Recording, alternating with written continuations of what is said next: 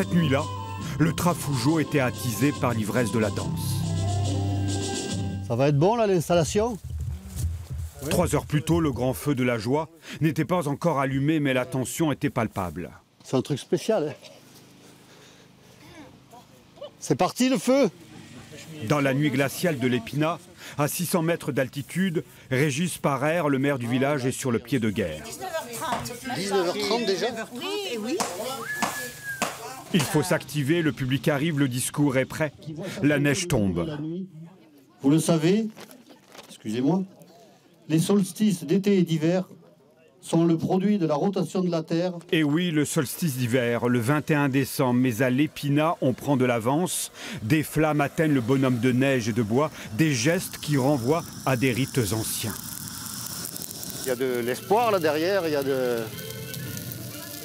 C'est pour ça qu'on fête le solstice d'hiver, oui. Ça nous fait du bien. L'hiver est moins rude après. C'est vrai? Là, je crois qu'il est bien parti, là. L'assistance est figée dans le froid, attendant patiemment que le bûcher s'enflamme, bercé pour certains par l'étrangeté du spectacle. Il y a un côté, en plus avec le boléro de Ravel, je trouve que c'est extraordinaire. Tandis que d'autres sont beaucoup plus sceptiques. Trafougeot, il est loupé, hein? Il est loupé. Enfin bon.